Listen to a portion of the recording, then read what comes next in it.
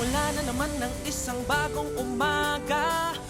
Kayo po ay nakatutok pa rin sa Go Negosyo Talks Meet the Presidential Series at tampok pa rin sa ika-4 na handog ng ating serye, ang tumatakbong Pangulo sa ilalim ng bandera ng PDP laban si Mayor Rodrigo Duterte. May ihahandog po si Ms. Grace Gupana kay Mayor Rodrigo Duterte in a prophetic vision. I want to give you the Medal of the Lion of Judah for all the things that you have done for the country Philippines. My question is, in 1930, the Philippines under President Manuel Quezon allowed the Jews to escape Nazis by granting them visas and opening places to settle specifically in Marikina. Philippines believe is that it is the right thing to do. The context at that time was war. Human rights was not discussed. It was a great story of saving Jewish people, and it was a story of the identity of the Filipinos. Okay? In 1947, under President Manuel Rojas, the Philippines vote became the breaking voice in the United Nations to establish the State of Israel.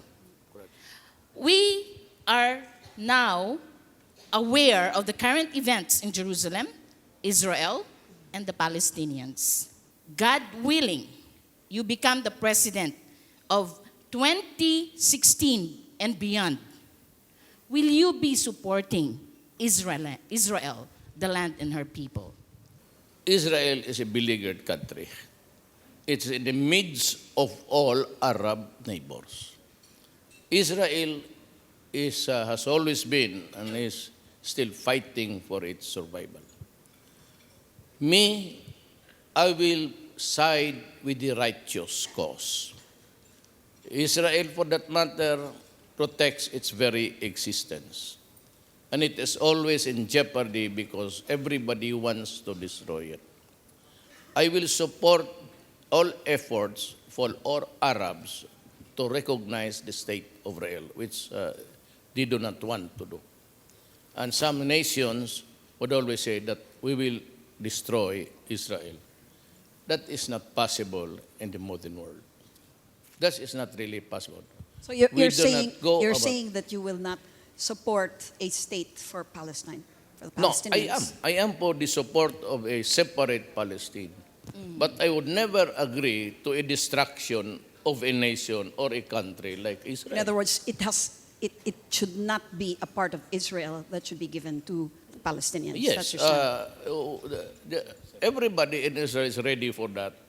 The problem is the Arabs are not ready to recognize the existence of Israel. And other nations, in disparity of what the Palestinian wants, some are ready. And they have all gone, lahat ng leaders nila, and still the very ticklish issue of the state of Palestine. I think that ganito yan, ma'am. The state of Israel was created by the Allies. It was Britain, America, France who insisted in the creation of Israel. But the problem is these countries, itong allied ngayon, the big ones, never considered also that in that piece of property, there were Palestinians which coexisted with the Israelites for so many years.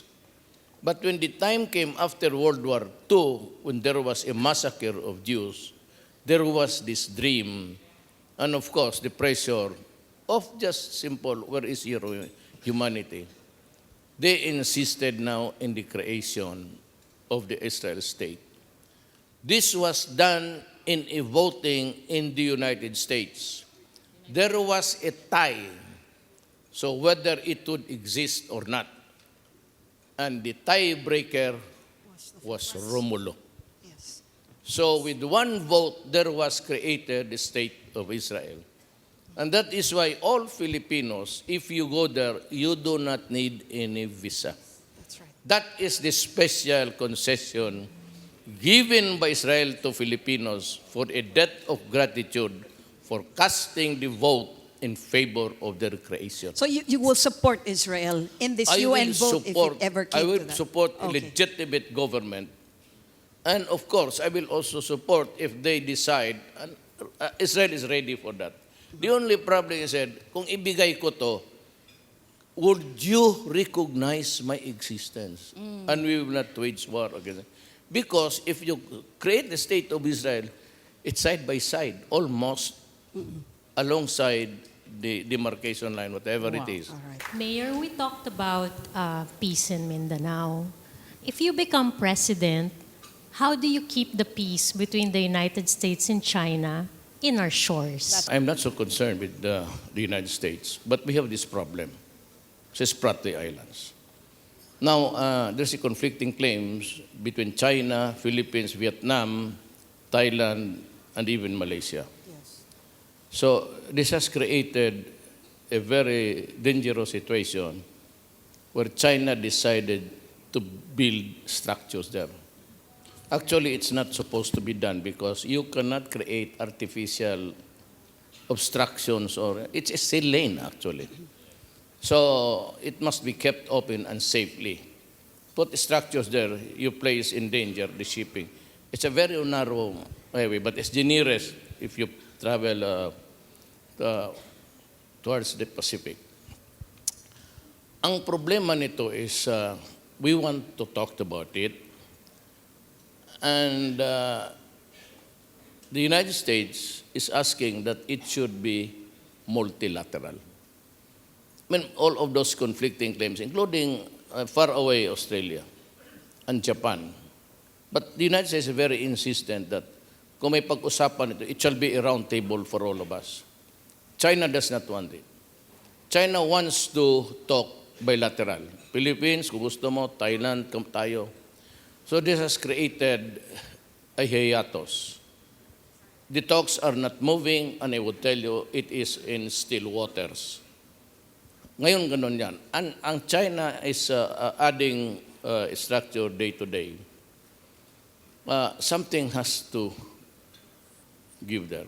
Yung sa International Tribunal, you don't think that Well, we won, approach... but as to the problem of can we enforce, or would the United States help us in enforcing? So what will you do in case you become president? Are That's you why going to push I'm for going that? into this because I said it's in still waters, it's not moving at all, but give me something like 2 to 3 years, at wala pang nangyari, and China would say, are you ready to talk? I said, I am.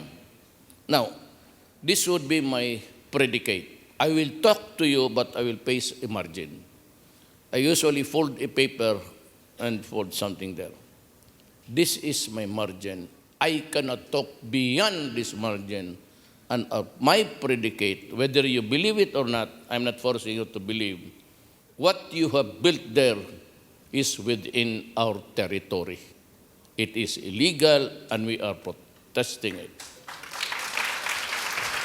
But, Duce, I would also tell them, do not do this in a manner of hostility. We cannot defeat you. Mapupulverize tayo pag magkagera. We do not have the weapons. So I would just tell them, if you want to talk, let's talk. Or you might just want to open this as a neutral corner. And I would be willing to talk to you about if there is oil and gas. Let us do it, joint exploration. Do not claim it. So you're open to joint We exploration? extract the oil or the gas, whatever.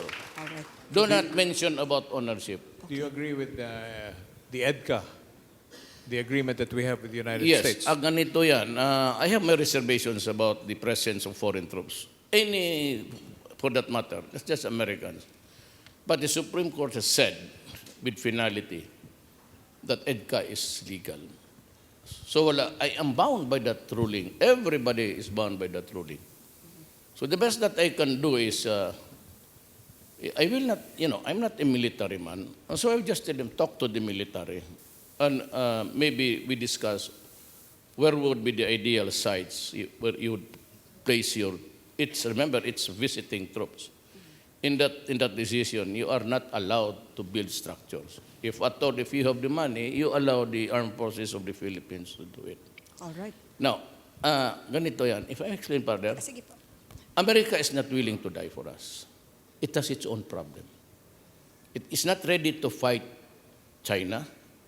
America has a bruised soul because in America itself, in the homeland, they're always afraid of the terrorism. What happened in 9/11. And there is a growing underground serious problem. Yung discrimination between the blacks and the other migrants, pati ang puti. If you go there, you might not really see it patent, but you'd notice that they do not like each other. Eventually, this will blow on their face. Then second, ito si Putin talagang ano to. And Putin is just empty. He is ready to pull the trigger. And he's into spending of weapons. And that scares America. And they're about to lose Europe. If they cannot contain these sentiments there, especially Greece, nawawalaan ng gana. And France is almost ambivalent ang tingin nila. America is somewhat... So the U.S. takot. lacks leverage. That's what you're saying. No, I'm sure America would never go to war. And even if it's ready, it will not. It will be not China even. Oh, okay. It's Russia who poses the greatest danger there. I said, there must be no miscalculation here. Pag nagkamali ang Amerika, miscalculated, then when all of those bombs and are released, then it's the end of the world. May I see you in heaven. Bahagya muna nating puputulin dyan ang usapan sa ating pagbabalik. Pag-usapan pa rin po natin ang iba pang mga plataforma ni Mayor Duterte, kaya wag po kayong aalis, magbabalik po ang Go Negosyo Talks Meet the Presidential Series.